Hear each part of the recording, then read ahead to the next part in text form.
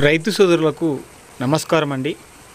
గత వారం రోజుల నుంచి అధికంగా వర్షాలు పడుతున్నాయి కాబట్టి వర్షాల కారణంగా పత్తి పంటలో ప్రధానంగా అక్కడక్కడ కొన్ని చోట్ల ఈ విధంగా నీళ్లు నిలవడం వల్ల పత్తి మొక్కల యొక్క వేరు వ్యవస్థ దెబ్బతినే అవకాశాలు ఎక్కువగా ఉంటాయి. కాబట్టి ఎవరికైతే రైతులకు ప్రధానంగా తమ యొక్క పత్తి పంటలో ఈ విధంగా నీళ్లు కనుక నిలిచినట్లయితే కంపల్సరీ కాలువలు చేసుకొని నీటిని మొత్తం బయటికి పంపించేటటువంటి ప్రయత్నం చేయండి.